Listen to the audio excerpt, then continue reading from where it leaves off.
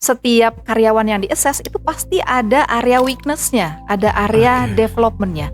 Dan mereka tuh ngelihat itu tuh sebagai peluang belajar yang besar gitu, yang bisa dibantu, yang bisa difasilitasi oleh perusahaan untuk diberikan kepada karyawannya gitu. Sebagai people developer, mendampingi sisi self-nya itu kan ada karena luka, ada karena ya nggak pede misalnya. Gimana dia mau jadi leader yang impactful kalau dia masih nggak pede. Leader itu 70% faktor yang menentukan engagement seorang karyawan gitu ya. Apakah dia happy, dia inovatif dan sebagainya itu ditentukan oleh leader. Bahkan 58% katanya resign itu gara-gara leadernya gitu. Assalamualaikum warahmatullahi wabarakatuh. Halo sahabat, apa kabar? Selamat datang di podcast Academy Trainer Group. Episode kali ini kita akan membahas sebuah ilmu baru juga buat saya ya. Saya tidak pernah tahu mendalam mengenai psikologi. Dan ternyata psikologi itu juga sangat berperan buat seorang individu maupun juga perusahaan. Nah, yang akan kita bahas di podcast Academy Trainer Group ini adalah bagaimana psikologi ini bisa membantu sebuah bisnis berkembang. Kan harusnya ya pemasaran kan ya, pemasaran yang membantu bisnis berkembang. Ternyata psikologi juga mempunyai peran penting dalam sebuah pertumbuhan bisnis. Nah, karena itu di podcast Academy Trainer Group kali ini kami telah mengundang narasumber yang luar biasa, seorang psikolog, seorang coach, juga seorang growing partner, itu yang personal branding yang ada di beliau. Tanpa panjang lebar, saya perkenalkan narasumber kita, Ibu Dina Kamalia. Halo Kak Dina, saya manggil kakak ya. Siap. Apa kabar Kak Dina? Baik Pak Syukur, selamat pagi. Halo sahabat podcast Academy Trainer yang mudah-mudahan hari ini bahagia dan selalu bertumbuh. Harus grow and contribute. Itu kan apa tagline-nya Academy Trainer Group, Kak Dina. Jadi izin saya manggil Kak ya, jadi biar kelihatan tetap muda. Dengan senang hati. Bagian dari psikologi. Kak Dina sekarang lagi sibuk apa nih? Sibuk menjalankan konsultan sendiri bersama teman-teman dan juga saya sebagai seorang people developer di sebuah perusahaan swasta. People developer tuh yang bangunin orang-orang yang maksudnya bangun tidur gitu ya. Kayak itu bangunan kali ya. Bangunan ya. People developer. Nah, sebuah istilah yang luar biasa ya. People developer artinya membangunkan orang-orang ya. Membangun dalam tanda kutip ya. Akhirnya mengembangkan. Waduh, ini apa sih yang membuat, ini kalau boleh pertanyaan awal adalah dari apa sih yang membuat Kak Dina ini mau menggeluti dunia psikologi ya? Maksudnya apakah dari pengalaman, keinginan waktu kecil? Saya nggak yakin ya, waktu kecil waktu SD ditanya siapa yang mau jadi, siapa cita-cita psikolog, kayaknya nggak jarang banget gitu ya. Betul banget. Itu kenapa yang membuat Kak Dina pengen menggeluti psikologi ini? Iya, betul banget tuh. Kalau saya manggilnya Kak Syukur atau Pak Syukur ya? Oke. Kalau betul banget tuh Pak Syukur, waktu zaman saya masuk kuliah psikologi ya, psikologi itu masih sangat belum terkenal gitu ya. Saya ingat waktu itu saya masuk di psikologi Unpad itu mahasiswanya cuma 60 gitu ya, 60 orang. 60. Dan 6 orang itu laki-laki, jadi cuma 10% biasanya itu mahasiswanya. Gitu. Tapi emang selalu begitu ya Kak? Iya, tapi sekarang bergeser sih. Sekarang cukup banyak mahasiswanya gitu ya, dibanding dengan mahasiswi. Gitu. Karena kan kami kan punya kelas happy counselor, hampir 80-70% pasti perempuan gitu. Ya, karena mungkin perempuan itu senang mendengar. Ya. Kembali lagi, saya itu memang sangat mencintai dunia psikologi, Pak Syukur. Mungkin karena manusia itu istimewa banget gitu ya. Manusia itu istimewa banget, unik. Jadi mempelajarinya itu nggak pernah ada habisnya gitu, Pak Syukur. Nggak pernah ada satu rumus yang baku gitu ya, yang bisa dipakai untuk semua permasalahan manusia. Tapi justru di situ menariknya gitu, Pak Syukur. Oke. Begitu. Dan tidak ada solusi satu misalnya gini, ada solusi satu buat semua gitu? Nggak bisa. Jadi dia sangat individual. Meskipun nanti berbeda ya penerapannya di perusahaan atau di bisnis begitu, Pak Syukur. Dan itu yang ingin, jadi karena saking banyaknya permasalahan yang dihadapi dan solusinya juga tidak sama, itu membuat Kak Dina lebih tertarik untuk ini apalagi Iya, terlalu betul. bergumul terus itu ya. Betul banget. Dan itu jadinya Oke. sesuai dengan prinsip hidup saya dan mungkin juga manusia pada umumnya selalu suka bertumbuh gitu kan ya, Iya, iya. sahabat podcast Academy Trainer. Hmm. Itu fitrahnya kita gitu. Sehingga kalau itu nggak dipenuhi ya kayak kurang hidup gitu. Oke. Pak Syukur. Dan Jadi kalau itu, orang nggak punya masalah nggak hidup dong ya. belajarnya sih Kak. Belajar. belajar yang bikin hidup gitu ya. Belajar yang bikin Iya. hidup. Oke. Dan sekarang Kak Dina juga kalau saya lihat personal brandingnya adalah psikolog and growing partner gitu. Iya. Nah, kalau psikolog kita udah tanya nih, yang growing partner nih apa nih? Oke. Partner bertumbuh gitu ya. Iya, betul. Mungkin saya izin bercerita dulu Boleh. pengalaman Siap. setelah lulus ya Pak Syukur. Siap. Kejauhan nggak ya? Mengingat Nggak. saya dari angkatan dinosaurus gitu. Enggak ya? Enggak. Kolonial ya, bukan Kolonial. milenial. Jadi selepas lulus dari psikologi saya itu masuk ke dunia HR. HR itu adalah aplikasi dari ilmu psikologi gitu ya, Mm-mm. yang diterapkan untuk mengelola manusia di dunia industri dan organisasi. Jadi kerjaan saya itu merekrut, kemudian memikirkan compensation and benefit-nya, kemudian juga mengakses mereka, mengukur performanya, lalu juga mengembangkan. Jadi Oke. menurut saya itu dunia yang sangat asik gitu ya. Bagaimana dari aspek individunya kita bisa mengaplikasikan membantu manusia itu berperan secara maksimal gitu di organisasi sehingga ujung-ujungnya bermanfaat buat dunia industri. Oke. Seperti itu. Ya. Pengalaman di HR ini kurang lebih 12 tahun Pak Syukur. Dan saya tidak terbatas hanya mengenal di individunya saja. Alhamdulillah dari dunia kerja itu saya juga melihat korelasi antara pengembangan dan pengelolaan individu itu ke dampaknya untuk industri dan organisasi. Jadi semakin melebar. Nah, setelah belajar sebagai praktisi selama 12 tahun, saya memutuskan untuk pindah kuadran gitu ya. Saya masuk ke dunia konsultan karena ada dua sih pertimbangannya. Yang pertama, tentu saja saya juga ingin membersamai anak-anak saya. Saya pengen jadi sahabat bertumbuh mereka gitu ya, karena usia mereka waktu itu memang sangat membutuhkan ibunya gitu. Dan saya melihat dunia konsultan itu punya privilege gitu untuk memberikan waktu yang relatif fleksibel gitu untuk saya. Dan yang kedua tentu saja pengalaman 12 tahun saya itu insya Allah itu bisa saya manfaatkan dan saya berharap di dunia konsultan itu dapat exposure tuh yang lebih luas gitu karena membantu banyak perusahaan dengan bisnis lain yang variatif gitu. Jadi saya ngerasanya wah saya bakalan dapat challenge terus bertumbuh, terus belajar gitu untuk membantu manusia di dalam organisasi. Kayak gitu Pak Syukur. Dan menarik banget sih ya.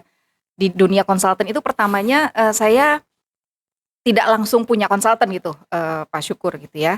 Tapi saya jadi asonger. Asonger. Asonger, lucu ya. Asonger itu istilah buat associate consultant. Jadi itu istilah resmi. Istilah di antara kami. Istilah di antara kami. Jadi tuh kami tuh semacam wanita atau pria panggilan gitu. Jadi kalau sebuah konsultan membutuhkan jasa kami, maka kami membantu di proyek-proyek mereka. Jadi ada beberapa konsultan yang saya bantu gitu Pak Syukur. Dan peran saya kebanyakan sebagai associate assessment center asesor. Jadi menjadi asesor di assessment center. Assessment center itu untuk penilaian. Untuk mengukur ya. Jadi mengakses secara psikologis dan juga pekerjaan gitu terhadap orang-orang yang sudah bekerja di sebuah perusahaan. Bukan yang mau bekerja. Bukan. Jadi yang sudah. Iya. Jadi assessment center itu biasanya diperuntukkan untuk karyawan yang sudah bekerja. Biasanya kita mengakses itu pertama adalah untuk melihat apakah mereka fit kalau akan dipromosikan ke level berikutnya atau sebuah perusahaan membutuhkan mapping gitu ya, mapping secara keseluruhan untuk organisasinya sehingga mereka sudah siap ketika bisnis berkembang, mereka akan put orang-orang itu di mana saja gitu. Jadi sudah siap gitu. Ini menarik Kak Dina ya. Kalau mapping assessment buat mapping artinya kan perusahaannya sudah berjalan kan. Betul. Terus mereka melakukan mapping di tengah-tengah, bukan harusnya mappingnya di awal ya? Nah, mungkin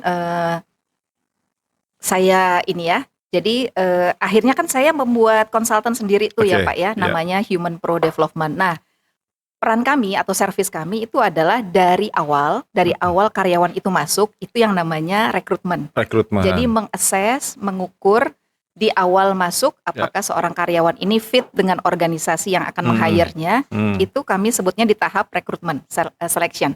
Oke. Tapi ketika dia sudah masuk ke dalam sebuah organisasi, maka kita menyebutnya sebagai assessment center lah ya. Oke. Lebih komprehensifnya disebutnya assessment center, seperti itu Pak. Dua-duanya sama-sama people evaluation, tapi Oke. peruntukannya agak berbeda. Awal itu adalah pintu masuk, apakah mereka cocok dengan organisasi ini, perusahaan ini. Yang kedua adalah ketika dia sudah masuk, kan dia tidak akan berhenti di situ saja.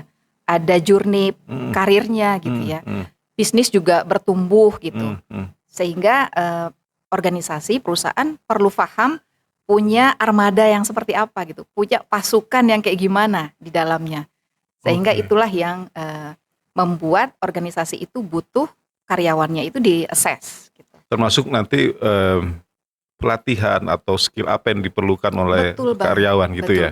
Betul banget Pak. Oke. Jadi kalau assessment center itu biasanya kami mengacu pada kompetensi yang sudah ditetapkan oleh perusahaan. Kompetensi ini kan adalah skill, knowledge yang memang krusial gitu, yang membantu manusia di dalamnya itu bisa menjalankan perannya dengan maksimal dan membantu organisasi ini bisa berkompetisi gitu ya dengan organisasi yang lainnya. Jadi tuh diperes gitu ya, kompetensi apa yang paling core-nya gitu. Nah, kami berangkat dari situ. Dari situ akan terlihat, kita ukur pengukurannya tidak hanya menggunakan psikotes ya, Pak Syukur, karena kalau assessment center itu gabungan dari ya tes-tes psikologi dan juga tes pekerjaan. Artinya bagaimana karyawan ini menjalankan pekerjaannya sehari-hari, bagaimana dia memimpin, bagaimana dia membuat keputusan, bagaimana dia menyelesaikan masalah, itu semua diukur di dalam assessment center. Jadi metodenya lebih beragam. Jadi bisa ketahuan ya mana karyawan sebenarnya. Oh, kalau dia dipromosikan dia harus tahu misalnya leadership, mengenai komunikasi gitu ya. Betul banget. Berarti perusahaan akan memenuhi kebutuhan itu memang jika memang itu hasil penilaiannya seperti itu ya. Betul, ya. Biasanya resultnya dari assessment center itu kita bisa mengidentifikasi karyawan ini strength-nya apa, kemudian area development-nya apa atau weakness-nya lah ya. Kemudian tidak cukup sampai di situ karena ini adalah karyawan yang juga perlu difikirkan proses perkembangannya, maka yang juga cukup penting itu bukan sekedar rekomendasi karyawan ini cocok nggak sih kalau dipromosi gitu ya, tetapi program pengembangan apa yang kami rekomendasikan untuk si karyawan ini menjadi semakin fit baik di posisinya saat ini maupun di posisi yang akan diproyeksikan ke depan gitu. Oke. Nanti ada case nggak Kak Dina nih ya? Ini pada praktek karena saya dulu pernah di corporate juga. Ketika sudah di fit kompetensinya gitu, oh ini bagus, ini orangnya dikasih knowledge segala macam. Dia resign. Gitu. Itu banyak gak terjadi? Itu takdir. Banyak sih, banyak ya. Itu buat perusahaan adalah tetap investasi. Iya dong, pastilah. Tidak bisa ditutup ya pintu itu karena kan setiap karyawan juga punya journey pribadi yang perlu dijaga sama organisasi adalah journey-nya dia selaras sama journey-nya organisasi gitu. Selaras, harus selaras. Kalau nggak selaras ya susah gitu ya. Susah gitu. Nah, kalau gitu pertanyaan berikutnya nih ya. Apa urusannya sama psikolog ya? Yes. Good question. Ya, tapi sebelum saya menjawab, mungkin saya pengen tahu di frame-nya Pak Syukur, psikolog itu apa gitu? Setahu saya psikolog itu ya itu orang yang mendengarkan kalau orang lagi punya masalah, kayak psikolog gitu. Iya. Oke, baik, jadi psikologi itu semacam basic ya, teman-teman, basic filosofi sebuah ilmu yang dia bisa diaplikasikan nih, Pak Syukur dan juga sahabat podcast semuanya, dia bisa diaplikasikan ke banyak banyak, Lini. yes, banyak lini. Karena Oke. kalau sekarang nih Pak Syukur, kalau dulu itu saya juga mengalami yang Pak Syukur sampaikan itu. Jadi kalau sudah disebut psikolog, maka dia akan ahli di seluruh aspek kehidupan gitu ya. Iya, iya, Padahal iya. itu berat sekali sahabat semuanya. Karena dari kuliah saja kami tuh sudah mulai dijuruskan gitu Pak Syukur. Waktu zaman saya itu ada 6 major gitu di dalam psikologi. Oh ya? Yes, ada psikologi klinis yang barusan Pak Syukur sampaikan itu di psikologi klinis Oh, sebenarnya. Jadi bagaimana menyembuhkan gangguan mental gitu ya yang sudah mengarah ke klinis Oke. seperti itu. Mm-mm. Jadi partnernya nih biasanya para psikiater. Itu beda lagi ya? Beda lagi. Kalau psikiater kan dari kedokteran. Kalau psikologi dari Oke. fakultas psikologi. Jadi berbeda ya. Kalau psikiater itu pendekatannya lebih ke organ tubuh Oke. dan beliau boleh diizinkan untuk memberikan obat. Tapi kalau psikolog klinis nggak boleh. Pendekatannya itu di perilaku. Terapinya terapi perilaku. Seperti itu. Gitu. Jadi ada klinis Pak Syukur, ada psikologi industri dan organisasi yang sekarang saya jalani itu Oke. adalah di psikologi industri dan organisasi. Ya. Lalu juga ada psikolog di dunia pendidikan, barangkali sahabat sering ya ketemu sama psikolog di sekolah yang merancang kurikulum, yang mengatasi problem-problem remaja barangkali di sekolah. Ah, itu asik banget juga tuh Pak. Asik banget. Asik deh pokoknya dunia psikologi. Kemudian juga ada psikologi sosial. Jadi yang mempelajari tren. Kalau ada demo itu tuh psikologi masanya tuh kayak gimana. Wah itu psikologi sosial tuh Pak. Yes. Kemudian juga ada psikologi eksperimen. Jadi psikolog yang khusus mendedikasikan dirinya itu mendevelop tools untuk mengukur, melakukan instrumen pengukuran psikologi seperti itu. Sekarang itu lebih dahsyat lagi Pak Apa tuh? Syukur. Ada psikolog olahraga. Pernah dengar? Barusan. Barusan ya. Jadi ada khusus psikolog yang mendedikasikan dirinya itu untuk melatih, memahami jiwa para atlet gitu ya. Membangun resiliensi mentalnya ketika sedang berjuang. Itu ada Pak Syukur kekhususan Untuk itu. Ada juga psikolog, aduh kok saya tiba-tiba lupa ya. Jadi Mas Reza itu psikolog forensik teman-teman. Jadi psikolog yang memang punya pengalaman mendalami ilmu bagaimana menerapkan ilmu psikologi di dunia forensik. Jadi luas banget Pak Syukur. Saya pikir ya tadi cuma menjadi teman dengar gitu kan. Iya. Oh enggak ya? Enggak, luas itu banget. Klinis. Iya, itu klinis. Wah. Terus tadi ada psikologi perilaku. Industri dan organisasi. Ada industri. Ya. Nah, kalau sekarang ini kan zaman-zamannya anak-anak Gen Z nih. Nah, ini kan menurut saya topik resilience-nya mereka nih yang harus dibangun ya iya, gitu. Betul. Ada pengalaman tertentu nggak Kak Dina? Iya. Wah ini yang lagi jadi survei saya Pak Syukur. Ya karena saya tuh pengen banget ya mendedikasikan, apalagi saya punya pemuda-pemuda di rumah ini ya. Anak-anak saya juga kan di usia, mereka Gen Z dan lagi di usia mulai bekerja gitu ya. Saya juga mengamati mereka, saya mengamati adik-adik di perusahaan gitu yang saya dampingi gitu. Saya melihat memang ada panggilan gitu ya, panggilan di jiwa saya untuk bisa membantu mereka menjadi lebih kuat gitu dalam konteks ini. Kenapa? Karena tantangannya memang nggak bisa ditutup ya Pak Syukur, nggak bisa tutup mata gitu. Tantangannya memang semakin berubah dari zaman saya mulai bekerja gitu.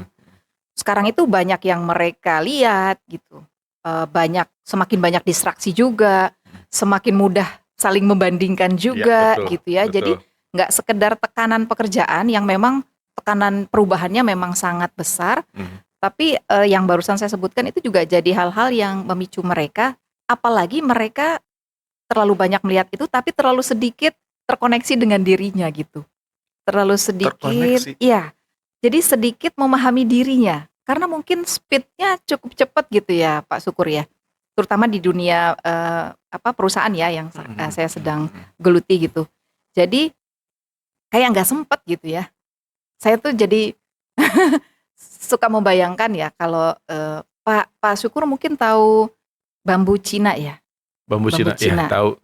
Itu katanya kalau berdasarkan yang saya baca gitu ya, bambu Cina itu 4 tahun pertama itu nggak kelihatan di permukaan, seperti nggak tumbuh gitu ya. Kalau yang nggak ngerti mungkin udah dicabut kali. Padahal bambu Cina ini sedang menguatkan akarnya gitu, dia bertumbuh tapi ke bawah. Dia sedang menguatkan pondasinya. Dan setelah itu di tahun kelima si bambu ini dalam waktu 6 bulan itu sudah 25 meter tumbuhnya, sangat cepat sekali. Jadi kalau saya ngebayangin, tapi ini belum tentu benar ya Pak ya, karena saya juga masih mensurvei gitu ya. Barangkali ya adik-adik kita sekarang ini kan cukup cepat gitu meniti karirnya, tapi akarnya itu belum terlalu strong gitu, belum terlalu kuat. Nah, itu dia yang membuat saya semakin mencintai dunia growing partner, Pak Syukur. Saya akhirnya melihat ini peluang saya untuk bisa semakin bermanfaat gitu. Sebenarnya growing partner ini bisa di segala lingkungan ya Pak ya, tapi saya mungkin mengkhususkan sekarang ini di dunia perusahaan gitu yang menjadi tempat saya. Nah, saya tuh pengen banget gitu ya membantu adik-adik itu kuat akarnya sehingga mereka bisa jadi karyawan yang produktif, yang tangguh gitu ya menghadapi badai perubahan yang luar biasa, sekaligus bahagia gitu ngejalanin pekerjaannya gitu. Yang terakhir itu ya, sekaligus bahagia itu tuh. Yes, iya betul. Dan Kak Dina bisa melihat bahwa di sebuah perusahaan yang secara, kan Kak Dina sudah punya pengalaman tadi 12 tahun plus jadi konsultan gitu, ketika diminta menangani sebuah perusahaan assessment, Kak Dina udah bisa melihat gak sih, atau memang bisa dilihat ke sebuah perusahaan ini, kayaknya perusahaan ini lagi gak sehat deh gitu, atau lagi bagus nih gitu. Itu bisa kelihatan gak sih Kak Dina? Bisa Pak. Nah ini menariknya dunia assessment center kalau menurut saya. Ya, meskipun kami bukannya orang di dalam gitu ya, kami kan konsultan gitu ya, konsultan yang diundang untuk melakukan pengukuran. Nah ketika melakukan pengukuran ini, sahabat semuanya, yang kita ukur ini kan individunya. Prosesnya tuh panjang tuh Pak Syukur. Proses assessment center itu ada psikotesnya, di mana kami melihat bagian dalamnya gitu ya dari jiwa seseorang. Insya Allah itu alat bantunya. Kemudian juga kami juga melakukan beberapa exercise. Misalnya diminta untuk menganalisa sebuah kasus, mempresentasikan, melakukan focus group discussion, memberikan project ya yang akan mereka jalankan, project improvement yang akan mereka jalankan di posisinya. Lalu ini dipresentasikan di depan atasannya Pak Syukur. Iya, yang menilai atasannya juga perlu menilai. Lalu kami juga menyebar kuesioner 360 gitu ya. Itu yang biasa kami lakukan di Human Pro, sehingga kami dapat informasi yang komprehensif gitu. 360 itu maksudnya? 360 itu dapat feedback dari bawahannya, peersnya, atasannya, seperti itu. Semuanya ya? Semuanya. Dan itu semua kami ramu, kami integrasikan data-datanya, dan keluarlah menjadi sebuah report yang tadi itu. Nah, kami juga melakukan behavior interview ya, jadi melakukan wawancara yang sesuai dengan hari-hari yang mereka lakukan gitu Pak Syukur. Evidence-nya tuh bukan evidence normatif. Bukan, kalau evidence mah nggak bakalan normatif ya. Jawabannya tuh nggak boleh jawaban normatif, tapi sesuatu yang memang real. Biasanya kami akan tanya, kalau dia bilang, saya orangnya cukup adil dalam melakukan peran kepemimpinan. Itu kami akan kejar gitu ya. Apa buktinya, kapan dia merasa paling oke gitu ya, di kasus yang mana, bisa diceritain nggak, misalnya seperti itu. Jadi tuh digali sesuai dengan apa yang betul-betul mereka alami gitu. Mengukurnya kayak gitu. Nah, di proses interview itu menariknya Pak Syukur, kami tuh bersama-sama tim gitu ya, akhirnya tuh bisa ngelihat benang merahnya. Kayaknya organisasi ini cukup birokratif ya. Orangnya tuh santun-santun gitu Pak. Yang common ya, yang common di antara para karyawan ini santun-santun, rapi gitu kalau menjawab, hati-hati gitu. Tapi pas diwawancara itu banyak tuh akhirnya letupan-letupan letupan-letupan ketidaknyamanan yang rupanya memang, keterbukaan itu agak dijaga supaya itu tidak terlalu terjadi, seperti itu. Dan berarti waktu interviewnya itu benar-benar private ya? Oh iya, one on one. One on one Biasanya ya. kalau interview one on one, kami juga sampaikan ke mereka bahwa informasi ini juga tidak akan sampai ke mana, ke atasannya gitu ya. Eee, Artinya informasi yang tidak dibutuhkan gitu ya. Jadi kasus-kasus dia nggak nyaman sama atasannya, tentu saja kami nggak ceritakan. Oke. Tapi, kecenderungan gaya kepemimpinannya kami akan sampaikan ke atasan. Karena Oke. nanti ada sesi kami harus presentasi orang ini tuh seperti apa gitu. Itu akan disampaikan kepada atasan dan juga, CEO-nya biasanya kayak gitu. Nah, dari situ tuh kelihatan tuh Pak Syukur ada organisasi, jadi saya suka ngebandingin gitu sama teman-teman. Wah ini tuh khas perusahaan ini banget ya. Wah yang ini tuh karyawannya khas, organisasi ini banget ya gitu. Nah dari situ biasanya suka kebaca Pak. Jadi, yang kelihatannya tenang di permukaan, tapi pas Bergejolak di bawah. pas diwawancara itu banyak keluhan, kerjanya itu sekedar memenuhi kewajiban doang gitu Pak. Jadi tuh nggak berasa. Jadi kami bisa bandingin gitu ya, pas wawancara di perusahaan yang lain, wih anak-anaknya tuh kayak semangat gitu ya, mencetuskan ide-ide gitu. Heeh, heeh. Salah juga nggak takut gitu kan ya. Tapi di organisasi ini tuh kayak yang tenang, rapi, damai gitu ya. Tapi Kelihatannya. ternyata heeh, dan betul Pak Syukur jadi ada komunikasi yang buntu gitu ya. Karena mereka, tidak bisa menyalurkan apa yang mereka, inginkan gitu ya, atau apa yang mereka rasakan nggak pas gitu ya. Jadi kurang ada dialog gitu. Jadi Oke. komunikasinya agak buntu dan betul Pak Syukur, 2 tahun kemudian turnover-nya tinggi banget. Jadi tuh kayak yang aman gitu ya, Aman. depannya gitu Heeh. ya, kan kayak gitu ya biasanya tuh gejala-gejala, Iya, iya, iya, psikologis iya, ya, iya, iya. bomnya tuh nanti gitu agak panjang gitu. Ke bisnis kayak masih aman-aman aja gitu ya, tapi, ada satu hari itu yang mereka mulai nggak tahan dan akhirnya menular gitu ya, dan itu terjadi, kayak gitu sih Pak kalau kami melihatnya.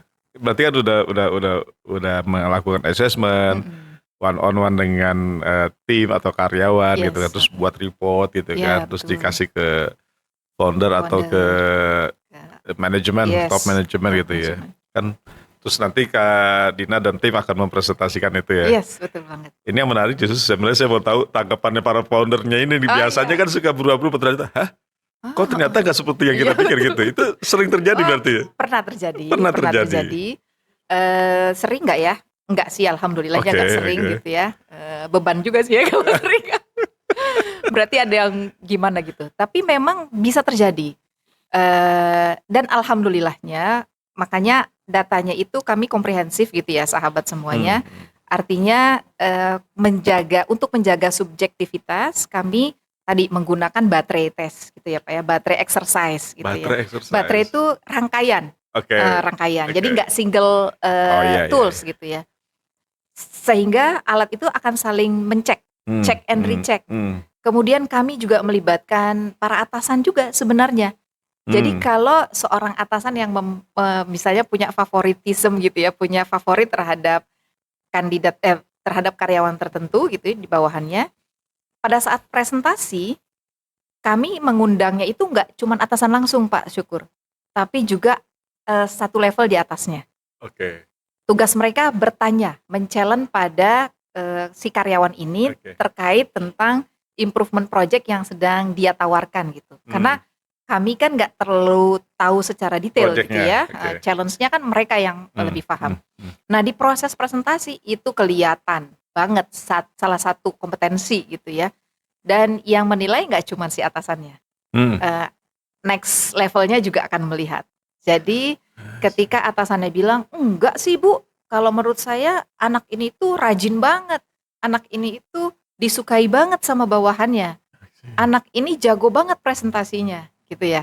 Nah, itu bisa cukup terlihat dengan data yang lain gitu ya, dan itu juga terbantu dengan next levelnya yang sudah melihat juga, seperti itu. Wah, ini justru menjawab pertanyaan saya beberapa belakangan ini, Kak Dina. Jadi kami di Academy Trainer kan sekarang banyak sekali permintaan Ya. dari klien mengenai bagaimana timnya, karyawan itu bisa melakukan sebuah presentasi yang baik dan benar.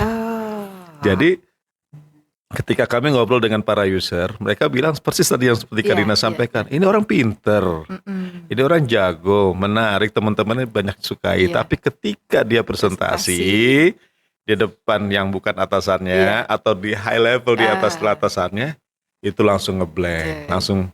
Jadi tidak seperti yang diceritakan gitu. Nah, makanya kemarin memang kami banyak banget beberapa kelas belakangan ini adalah bagaimana bisa membuat karyawan dididik untuk bisa membuat sebuah presentasi yang personal content sama delivery itu bagus ya, dan itu kan adanya di Academy Trainer. Setuju banget. Aku alumni. Wah, itu berasa banget. Pak Syukur. Betul. Kami itu juga terbantu loh, saya sebagai seorang konsultan HR pada saat mempresentasikan. Padahal HR loh. Iya, HR ya. Dulu suka belibet-belibet gitu. Tapi alhamdulillah banget saya ikutan training di di Academy Trainer itu sangat membantu sistematika penyampaian gitu ya. Betul. Nah, itu yang kita lihat tuh karena sistematikanya mulai dari pembukaan sampai dengan call to action gitu itu kita latihkan. Jadi alhamdulillah tuh jadi ya banyak clients gitu ya yang menghubungi kami untuk minta presentasi seperti itu dan kami nggak apa-apa, semakin banyak kami nggak ada masalah karena kan kami punya banyak trainer sebenarnya, jadi nggak usah khawatir kalau seminggu ini ada berapa event kita nggak ada masalah karena kita punya banyak trainer yang memang sudah dilatih untuk itu gitu, Karina. Nah, pertanyaan saya juga selanjutnya adalah kalau misalkan tadi udah presentasi founder gitu ya, artinya kan perubahan culture budaya organisasinya akan berubah kan gitu. Tidak otomatis. Tergantung pada foundernya. Yes, betul. Oke. Kami lihat gitu ya, Pak Syukur, ada perusahaan-perusahaan yang menggunakan jasa kami sebagai konsultan HR ini dalam mengakses karyawannya itu untuk jadi tukang potong gitu ya. Sedih deh kalau jadi diposisikan seperti itu. Jadi tinggal menggunakan hasil kami itu untuk membuktikan bahwa karyawan ini memang nggak layak untuk naik terus, bahkan kalau bisa itu berhenti misalnya gitu ya. Gitu ya. Ada yang seperti itu dan kalau yang kayak gitu tuh memang kami agak hati-hati gitu ya karena kan spiritnya assessment center itu kan development ya Pak Syukur ya. Tapi ada juga perusahaan yang memang ruang belajarnya itu besar banget dan biasanya presentasi di para founder, para leader yang punya spirit ini. Oh, itu sangat memuaskan gitu ya. Memuaskan maksudnya apa? Karena setiap karyawan yang di-assess itu pasti ada area weakness-nya, ada area development-nya. Dan mereka tuh ngelihat itu tuh sebagai peluang belajar yang besar gitu, yang bisa dibantu, yang bisa difasilitasi oleh perusahaan untuk diberikan kepada karyawannya gitu. Bukannya tadi alat potong gitu ya. Itu senang banget tuh kami. Karena ya itu tadi ya sesuai dengan spirit, sesuai dengan misi gitu ya Pak ya. Kalau misalkan di sebuah perusahaan itu yang ada nggak pengalaman Kak Dina yang membuat sebuah perusahaan tadi kan setelah beberapa tahun kemudian banyak turnover gitu kan, itu the bad news lah ya. Good news-nya ada nggak yang sesuatu yang wah membanggakan akhirnya dari asesmen itu membuat perusahaan ini grow faster gitu? Ya ada sih wes. Tapi kami nggak berani klaim ya. Oke, gitu ya. Maksudnya gini, jangan sebut nama perusahaan kalau gitu. Enggak.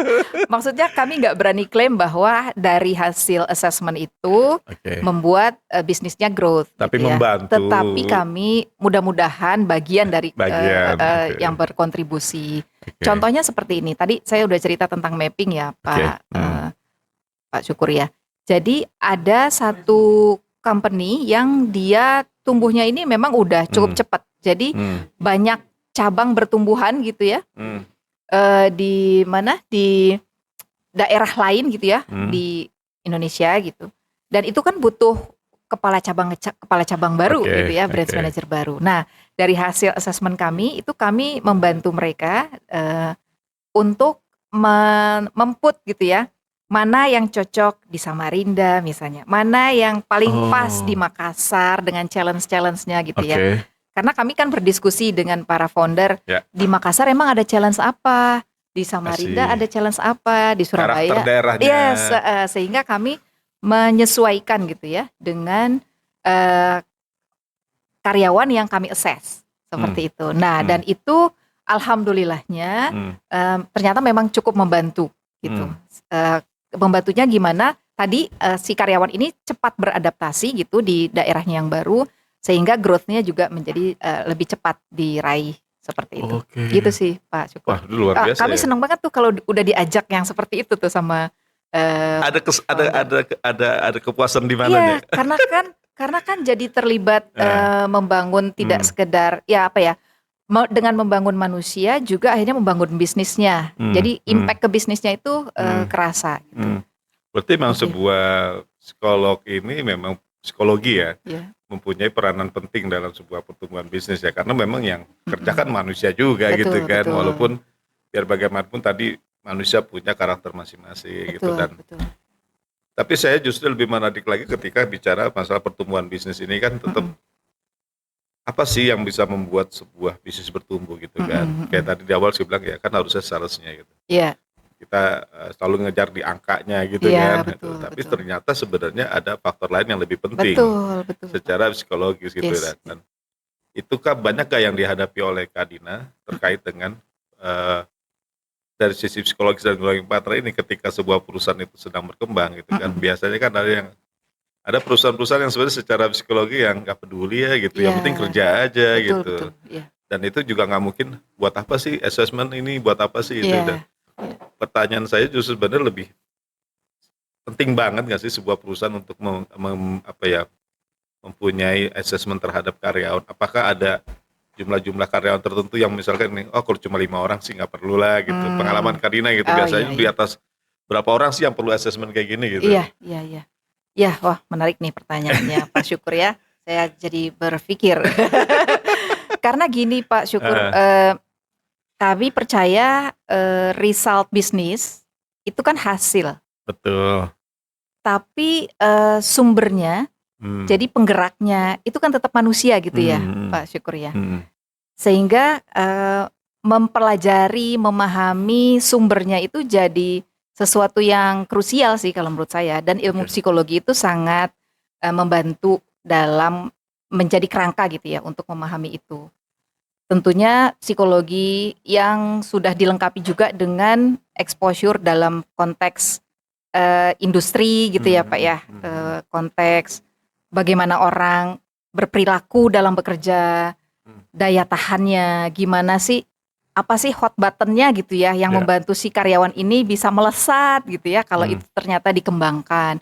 Jadi menurut saya sepanjang saya dan teman-teman di Human Pro itu membantu proses assessment center, itu ternyata impactful banget sih Pak. Kami pernah ngebantu perusahaan logistik gitu ya, awalnya tuh kecil gitu Pak, tapi kecil itu udah banyak cabangnya juga sih gitu Oke, ya. oke, Cuman logistik. logistik, tapi itu tradisional gitu Pak. Oke. Jadi masih ya digitalisasinya masih lemah, kemudian juga eh, people-nya itu masih dilihat sebagai ini aja, orang yang bekerja harian gitu ya. Jadi belum kepikir sama mereka bahwa orang-orang ini satu saat itu harus menduduki di level kepemimpinan. Jadi dari sekarang tuh udah harus mulai dikembangin gitu, belum kepikir. Pokoknya itu sesuai kebutuhan hari ini gitu ya, jangka pendek banget. Nah, tapi setelah mereka, tapi saya ngelihat ownernya itu punya sense, mungkin karena dari perusahaan besar sebelumnya, dia punya sense, wah ini udah tambah gede nih, wah tambah ngebut nih bisnisnya. Kalau orangnya nggak mulai ditata, dikelola, dilihat, diukur, gawat nih gitu kan ya. Nah mulailah dilakukan assessment. Tapi kan mereka biasanya sudah punya HR ya. Udah punya HR, tapi HR kan kadang-kadang, nah kami ini kan partnernya HR gitu ya, kami partnernya HR. Kadang-kadang HR kan juga terlilit dengan operasional gitu ya, operasional Administratif, harian ya, payroll, administratif, yang harus belum lagi kalau karyawan yang ngeluh atau apa gitu ya, jadi yang harus segera diselesaikan. Nah ada hal-hal yang sifatnya tadi strategik, kami hadir untuk menjadi partnernya HR. Mereka Oh, mungkin oke. udah punya planning ya, Oke. tetapi siapa nih yang mengimplementasikan, siapa nih yang bantuin ngukurinnya. Nah itu biasanya konsultan HR Biasanya di berapa lama sih proses assessment itu, Kak Dina? Paling cepat atau paling eh, lama deh? paling lama ya. Kalau dari rangkaian awal ya, biasanya tuh kami meminta HR untuk melakukan sosialisasi terlebih dahulu kepada Sosialisasi karyawan karyawan, ya. oke. Kami ceritain nanti prosesnya akan ada apa aja. Oke, Itu 1 minggu sebelum proses. Tapi oke. 2 minggu sebelumnya kami juga sudah minta ke HR untuk mengumumkan kepada, oh sorry ya, iya betul seperti itu. Kami sudah minta ke HR untuk menyampaikan bahwa kandidat-kandidat ini nanti akan diminta untuk menyusun program improvement yang akan dipresentasikan. Jadi dikasih kayak waktu gitu Pak, 2 minggu untuk bikin. Hah, Ini belum proses hari H-nya ya. oke, oke. Soalnya kalau dadakan kan kasihan juga ya Pak karyawannya gitu ya. Ada kerja harian Oh, gitu kan? udahlah sama kelilit sama pekerjaan operasionalnya, terus disuruh bikin project improvement gitu Oke. ya. Apalagi kalau di company itu belum terbiasa melakukan itu. Jadi kami kasih spare waktu 2 minggu lah Mm. gitu. Nah lalu di hari H-nya kami hadir itu dalam waktu 2 hari Pak 2 hari. biasanya. 2 hari untuk intake data. Itu kalau orangnya berapa tuh kira-kira tuh? Itu 16 biasanya 16, satu 20, batch oke. gitu ya. Jadi kami psikotes dulu paginya, lalu ada analisa kasus, siangnya ada FGD, FGD gitu ya Pak ya. Besokannya itu secara paralel tuh nanti akan kami atur karena asesornya banyak biasanya Pak. Oke. Kami membatasi satu asesor hanya boleh memegang dua asesi Kenapa? supaya deep proses wawancaranya. Proses wawancaranya itu bisa 3 jam Pak. Oh ya. Iya, karena kami mencari evidence, bukan mencari jawaban normatif gitu kan ya. Dan itu kan perlu teknik tertentu. Gitu. Oh ada ya tekniknya? Iya dong. Saya punya produk Gitu. Punya produknya. Oke, Interviewing siap. skills. Nah, kemudian juga ada satu sesi di mana para karyawan ini juga harus presentasi di depan atasannya. Jadi diaturlah, dibuat jadwal metrik seperti itu. Tapi kurang lebih 2 hari bisa selesai. Lalu setelah itu data-datanya kami bawa, diolah terlebih dahulu secara individual, kemudian itu harus diintegrasikan Pak Syukur. Diintegrasikannya itu dalam satu forum sama-sama. Karena kan assessment center itu harus multi tools, multi raters. Artinya penilainya harus banyak, nggak boleh satu. Multi raters ya, bukan iya. multi haters. Beda. Oh, bagus juga tuh ya multi raters. Jadi dia supaya nggak subjektif gitu Pak. Oke. Gitu ya. Nah nanti itu namanya data integrasi. Dari situ baru kami membuat report. Jadi lumayan panjang, bisa sebulanan Bisa gitu ya sebulan sampai ya? hasil report dan kami presentasikan kepada kepada owner atau kepada leader gitu. Tidak sesingkat itu Ferguson ya. Sebulan ya. 1 bulan. Tapi tentu saja itu yang sophisticated Pak. Itu Oke. yang lumayan lengkap gitu ya. Oke. Ada juga beberapa perusahaan kami juga perlu memfasilitasi gitu ya. Tadi yang seperti Pak Syukur bilang nih perusahaannya masih kecil gitu. Iya, iya. Baru ada di sini di Jakarta, karyawannya misalnya puluhan gitu ya. Gimana nih? Nah, itu kami membuat paket-paket khusus gitu Pak, menyesuaikan. Oh, oke. Tapi karena kami jaga kualitas gitu ya Pak ya, tidak menghilangkan bagian-bagian krusial gitu. Ada ya beberapa bagian krusial ya. Yes. Pengalaman Kak Dina sekarang kalau misalkan di sebuah perusahaan gitu ya, bisa ketahuan gak sih sebuah perusahaan ini atau karyawan yang tadi dikandidatkan gitu ya, diikutin assessment itu, dia sedang mengalami burnout atau mengalami demotivasi, itu bisa ketahuan ya? Bisa. Tapi ini yang menarik, mungkin saya mau promosi sekalian. Bukan promosi sih, mau menceritakan sebenarnya. Oke. Jadi tadi kan saya cerita tuh ya, di konsultan tuh kan kami sering melakukan ini gitu ya. Iya. Dan saya tuh menemukan passion yang semakin tajam gitu Pak Syukur. Mereka melihat karyawan yang kita assess berkembang itu hadiah. Kepuasan luar biasa. Oh iya itu gede banget gitu happy-nya gitu ya. Jadi saya ngelihat wah menjadi growing partner tuh asik banget Asik gitu ya banget, menemani mereka. Dan karena pada saat assessment juga kami kan memberikan feedback gitu ya kepada para karyawan gitu ya sahabat semuanya. Nah di situ tuh ada saran-saran kami tuh yang dijalankan oleh mereka. Jadi saya pernah ada di satu perusahaan mengakses seorang supervisor gitu Pak ya. 1 tahun kemudian saya datang lagi ke situ, assess yang lain. Si supervisor itu sudah jadi manajer gitu ya, udah jadi manajer dan manajer yang dianggap di level yang oke gitu sama sama perusahaan. Dan ketika kami tanya, mereka yang menjalankan tuh tentu saja karyawan dan juga organisasi menjalankan program pengembangan yang kami sarankan. Jadi kan happy banget gitu ya. Betul. Nah, ternyata spirit yang membuncah itu dijawab oleh Allah gitu ya. Oke. Saya dikasih kesempatan baru di tahun ini Pak Syukur, saya diminta untuk menjadi seorang people developer di sebuah perusahaan swasta nasional yang cukup besar. Tadi saya sudah sebutkan bahwa aktivitas saya sekarang juga sebagai people developer. Nah, people developer ini asik banget gitu Pak. Mungkin saya mau menceritakan apa yang Pak Syukur tanyakan barusan, karena itu ketemu banget di people developer, sahabat semuanya. Terus apaan sih people developer gitu ya?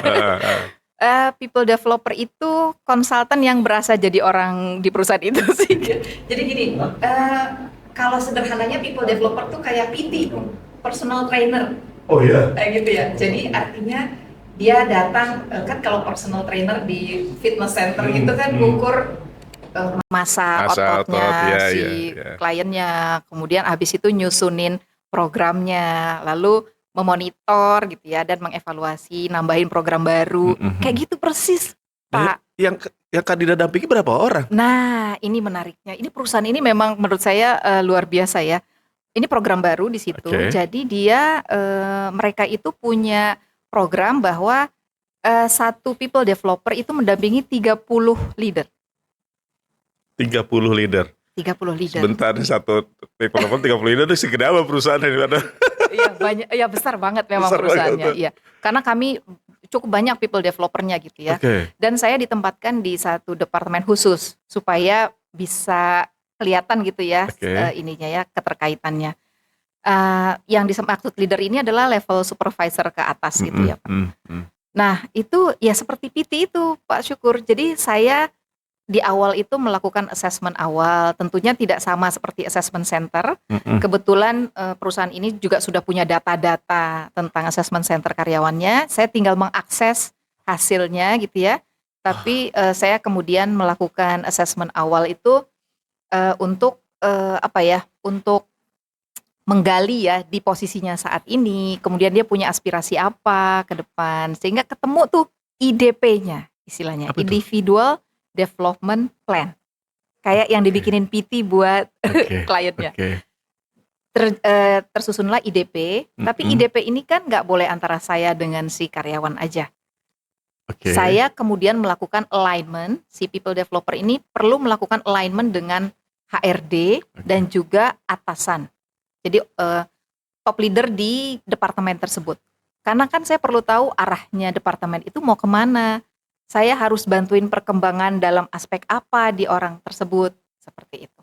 Gitu Pak, jadi asik banget. Ini saya gini kebayang, panjang banget ya. Panjang banget, ya. Dan tapi alhamdulillahnya tuh terbantu dengan beberapa sistem digitalisasi gitu ya, sahabat semuanya. Artinya mereka tuh juga udah punya kayak sistem untuk menggali teman-teman ini berharap dapat pengayaan dalam hal apa, itu udah ada tuh secara sistem. Saya bisa tarik tuh. Saya bisa tarik. Jadi sumber informasinya lumayan banyak. Nah, peran saya adalah memahami dia secara individual, karena ada 3 pilar yang kami diminta untuk mendampingi para leader ini. Yang pertama dari sisi self-nya, karena ini usianya 35 tahun ke bawah, Pak. Bahkan di level GM-nya aja ada yang masih 35 gitu ya. Serius? Wow. Jadi dari sisi self tadi, melihat apakah akarnya sudah cukup kuat gitu teman-teman, sahabat semua. Kemudian yang kedua leadership-nya, dan ketiga entrepreneurship-nya, karena ini kan dunia bisnis gitu, seperti itu. Setelah teridentifikasi IDP-nya, kami membuat program mana yang prioritas yang mau dikembangkan saat ini gitu. Nah, saya melakukan intervensi, nggak harus saya tapi yang melakukan intervensi, tapi ini kayaknya perlu pakai mentor. Mentornya harus dari cross function misalnya. Nah, itu bisa disarankan seperti itu. Nah, tugas saya tetap memantau, memonitor apakah dijalankan, apakah objektif kita di awal pengen ngembangin ini sudah tercapai seperti itu. Kayak gitu, Pak. Nah, saya ketemu nih Pak Syukur sama saya suka lari kemana-mana nih ya. Iya, nggak apa-apa, menarik ini. Saya ketemu sama satu karyawan, dia seorang manajer ya, first line manager gitu. Dia anaknya itu oke, disayang sama timnya ya. Dia ada di satu daerah gitu sekarang memimpin satu cabang. Oke. Kemudian pada saat wawancara itu kelihatan anaknya itu detail, perfect gitu ya. Nah, dia mau ditempatkan di Malaysia. Oke. Tapi waktu dia ngobrol tuh saya ngeliatin kenapa ya bawah matanya tuh kok hitam gitu ya. Terus saya bilang, "Kamu senang mau ditempatin di Malaysia?" Sesungguhnya senang banget, Ibu. Karena saya kan berarti go internasional lah ya, meskipun baru misalnya ke Malaysia gitu. Tapi kok kayaknya nggak matching nih sama bahasa tubuh kamu gitu ya. Iya Bu, saya tuh lagi agak kurang tidur gitu ya, agak kurang tidur. Akhirnya saya gali, rupanya dia cenderung agak perfeksionis gitu ya Pak Syukur, sehingga dia merasa penugasan yang cukup cepat menjadi kepala cabang di Malaysia, itu membuat dia nggak bisa prepare sedetail mungkin, serapih mungkin, sehingga dia berpikir kemungkinan dia tidak bisa perform sesuai dengan yang diharapkan. Kayak gitu. Nah, itu di permukaannya. Kemudian kami melakukan ya ngobrol-ngobrol santai, karena saya jadi sahabat buat mereka gitu ya Pak Syukur. Kami ngobrol-ngobrol, terus udah gitu tercetus gitu ya dari pengalaman hidupnya gitu ya, bahwa dia seorang anak pertama, terbiasa sempurna di mata orang tua dan adik-adiknya, jadi role model yang baik, sehingga dia punya frame khusus gitu ya, harus perfect. Dan dia punya sesuatu juga di paradigmanya, tanpa persiapan tidak akan perfect, tanpa persiapan akan gagal gitu ya. Nah, bagian itu yang akhirnya kami garap bersama gitu ya. Wah, itu Pak, saya merasa dibantu banget ya dari ilmunya Happy Counselor. Happy Counselor ya, ada unsent letter. Jadi ternyata dia punya luka gitu Pak Syukur di masa lalu yang bahwa harus sempurna itu jadi sangat menancap gitu ya, karena pernah ada satu peristiwa dia tidak sempurna dan itu sakit banget. Nah, saya bantu dia nggak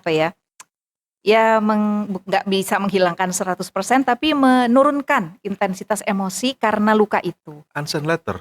Unsent letter Pak Syukur. Apa tuh? Unsent letter itu kalau di Happy Counselor itu kita seperti menulis gitu ya kepada orang yang menulis surat yang membuat terhadap orang yang memberi luka di hati kita gitu ya. Kemudian menyampaikan apa yang kita ingin sampaikan saat itu. Kalau ada orangnya di hadapannya, boleh bebas seperti apa aja. Dengan bahasa apa? Dengan bahasa apa aja. Kemudian juga setelah itu, setelah terkuras gitu ya, perasaan-perasaan negatifnya, kemudian dia baru menyadari ternyata tetap ada hikmahnya yang bisa dia ambil dari situ. Tidak hanya sekedar nulis. Enggak. Terus, ada lesson learn-nya. Diajarin di Happy Counselor? Iya, diajarin banget. Kalau cuma dengerin unsent letter ya udah cuma tulis doang terus ngakhirin gitu. Tapi ada tekniknya justru. Ada tekniknya dong. Wah, itu saya kebantu banget tuh di Happy Counselor. Dan itu saya terapkan loh di perusahaan gitu. Dan saya ajarin dia, karena suratnya itu kan nggak usah dikirim ya, jadi dia boleh ngomong apa aja. Awalnya dia, aduh Bu, saya nggak enak dong Bu, orang ini kan significant person di hidup saya. Nggak apa-apa, saya bilang. Tujuan kita itu adalah membuat kamu sehat gitu ya, membuat kamu sehat dengan mengurangi intensitas emosi yang kurang positif akibat luka itu. Kita nggak mempermasalahkan orangnya, saya bilang, tapi kita lagi mau nguras emosinya. Akhirnya dia cobain, terus lama-lama sekarang dia udah di Malaysia gitu ya, udah di Malaysia dan masih suka chat gitu ya. Seperti itu. Jadi alhamdulillah sih ada manfaatnya banget gitu Pak. Ya. Kalau gitu tertarik juga saya, maksudnya gini, apa yang membentuk, jadi gini kan tadi cerita bahwa performance dia di perusahaan, terus dia mau, terus Kadira cerita bahwa ada masalah juga di keluarga gitu kan. Artinya bukan faktor kerjaan aja yang berpengaruh ya terhadap kinerja seseorang ya. Iya. Dan di perusahaan itu memang diakomodir karena kami harus mendampingi sebagai people developer, mendampingi sisi self-nya itu kan ada karena luka, ada karena ya nggak pede misalnya gitu ya. Gimana dia mau jadi leader yang impactful kalau dia masih nggak pede misalnya. Jadi aspek self-nya didampingin, kemudian leadership-nya dan juga entrepreneur. Secara proporsional, Yes. lebih banyak mana faktor yang menyebabkan dia perform atau tidak perform? Apakah atasannya, organisasi, atau justru lingkungan keluarga atau lingkungan rumah gitu? Aduh saya nggak berani tuh Pak Syukur, saya nggak punya datanya ya. Tapi ini baru sebagian kecil ya. Faktor lingkungan juga sangat berpengaruh gitu ya. Leader juga sih. Bener juga, Karena ya. kalau ini ada surveinya nih Pak Syukur. Kalau yang leader, Kalau leader, katanya nih sahabat, leader itu 70% faktor yang menentukan engagement seorang karyawan gitu ya. Oke. Apakah dia happy, dia inovatif dan sebagainya itu ditentukan oleh leader. Bahkan 58% katanya resign itu gara-gara leadernya gitu. Oke, Kalau dari penelitian saya lupa Gallup apa ya, tapi udah agak lama sih ya. Gitu. Jadi mix ya. Jadi dicampur karena ini kan anak-anak yang sudah mature, bukan mature. Maksudnya mereka sudah di usia bekerja, dewasa gitu ya. Sehingga mereka juga sebenarnya udah siap sih untuk bekerja, tapi ketika mendapati lingkungan, mendapati pimpinan yang men-trigger luka lamanya, bisa aja itu jadi kambuh gitu, Pak Syukur. Jadi mix ya. Tanpa diketahui leader. Gitu. Jadi ya kombinasi ya, selalu kombinasi sih. Menarik ya. Jadi memang kalau bicara growing, developer tadi ya, kita nggak cukup waktunya itu ngobrol itu karena lihat aja, banyak kasus banyak itu gitu ya. Seru banget Pak Syukur. Seru banget ya, dan itu menarik ya. Maksud saya pikir cuma assessment, bikin laporan, ternyata tidak sesingkat itu ya. Artinya sekarang banyak sekali nih istilahnya bekas-bekas mentinya Kadina gitu ya, sekarang masih berhubungan baik gitu ya. Alhamdulillah ya. Luar biasa ya, dan ada kepuasan tersendiri ketika yang di menti itu menjadi sukses, menjadi orang yang luar biasa gitu ya, dan itu merupakan kepuasan tersendiri buat Kadina. Nah, kalau boleh tahu mungkin dikasih ke sahabat ya, apa sih bukan tiga lah ya, sebutan berapa sih banyaknya prinsip hidupnya Kadina yang Kadina jalanin dari dulu sampai sekarang nih, prinsip hidupnya. Aduh.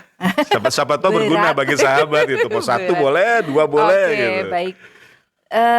Never ending learning ya kalau never ending learning. Karena gini Pak Syukur, dan ini mungkin selaras ya sama bidang yang sekarang saya tekuni. Saya sangat percaya dan saya sangat meyakini apa yang Allah tulis gitu ya di dalam kitab sucinya, bahwa sungguh, wah ini ada ayatnya nih Pak Syukur.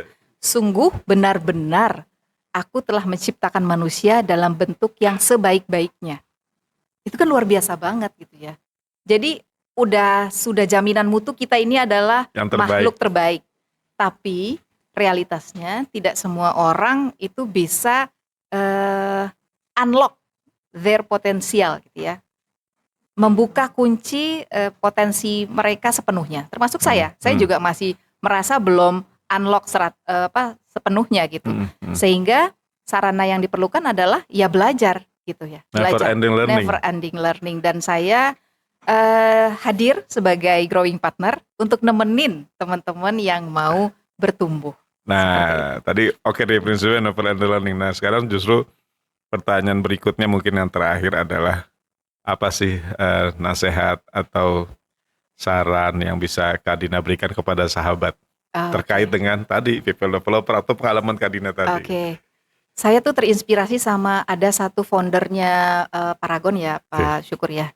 Beliau tuh Pak Subakat, beliau tuh bilang bahwa Paragon itu akan besar sesuai dengan besarnya orang-orang yang ada di dalamnya. Kayak gitu. Jadi artinya itu kan konsekuensinya ada ruang belajar yang harus disediakan oleh Paragon untuk terus membuat orang-orangnya itu tumbuh besar gitu ya. Karena organisasi akan mengikuti itu. Nah, saya mungkin kalau pesan kok kayak gimana gitu. Mudah-mudahan ini menginspirasi bahwa para praktisi bisnis, para owner dan juga leader di organisasi, bahwa bisnis yang besar yang istimewa itu tidak sekedar dibangun dari strateginya yang hebat, tapi juga ketika organisasi itu membangun manusia yang ada di dalamnya, gitu Pak Syukur. Tuh Jadi cakep. concern pada itu sangat penting. Kenapa? Karena eh, pertumbuhan manusia yang difasilitasi gitu ya, itu akan membantu bisnis itu berkembang secara sustain gitu Pak. Jadi kalau penutupnya ini, kalau bisnis itu dibangun tanpa memperhatikan manusianya gitu ya, itu sama aja dengan menumbuhkan pohon tanpa merawat akarnya. Gitu Pak Syukur. Ini analoginya keren. Ya. Terima kasih banyak Kak Dina atas insight-nya, atas pengalamannya, atas edukasi yang buat saya pribadi sangat-sangat luar biasa karena saya mendapat ilmu baru dan saya berharap juga sahabat podcast Akademi Trainer Group juga mendapatkan ilmu baru, mendapatkan insight baru dari obrolan kita di episode kali ini. Terima kasih Kak Dina, terima kasih sudah meluangkan waktu, sudah berbagi. Insya Allah menjadi keberkahan dan kebermanfaatan buat kita semua. Amin. Sahabat Akademi Trainer Group, demikian episode kali ini bersama Kak Dina Kamalia. Tadi kita bicara psikolog dan partner growing. Jangan lupa untuk menjadi seorang yang harus terus never ending learning, harus belajar terus ya, karena kita harus menjadi manusia yang terbaik. Terima kasih. Billahi taufik wa hidayah. Wassalamualaikum warahmatullahi wabarakatuh.